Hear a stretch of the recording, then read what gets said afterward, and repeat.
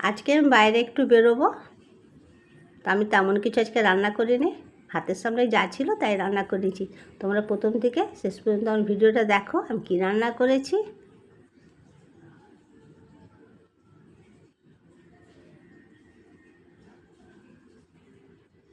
আর তোমরা কে কেমন আছো? আশা করি তোমরা ভালো আছো আর ভালো থেকো। আজকে তো গণেশ পুজো, আজকে সিদ্ধিদাতা বাবার কাছে চলে যাও, সব কিছু বুদ্ধি সিদ্ধি সব দেবে। আমাদের পাশে একটা পুজো হচ্ছে, বাচ্চারা পুজো করছে, তা আমি একটু পরে যাব, গিয়ে দেখি কিছু ভিডিও টিডিও তুলে নিয়ে আসবো, তোমাদেরকে দেখাবো। ছোটো ছোটো বাচ্চাদের পুজো তো ভালো লাগে গো, ওদের অল্প চাহিদা, বেশি কিছু নয়। একটু পরে একটা ব্যাগ নিয়ে বেরোবে, বলবে চাল দাও, এই দাও, খিচুড়ি খাওয়াবো। ভালোই লাগে, বাচ্চারা করে সবাই মিলে, ভালোই লাগে।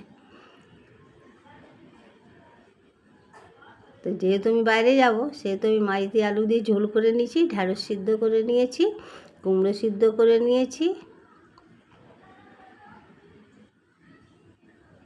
একটু শসা কেটে নিয়েছি,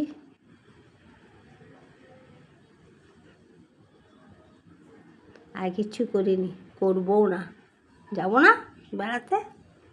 সারাদিন কাজ করলে হবে? সকাল থেকে এনে রাত 12টা অবধি কাজ করতে হয়, আর কাজ করবো না আজকে।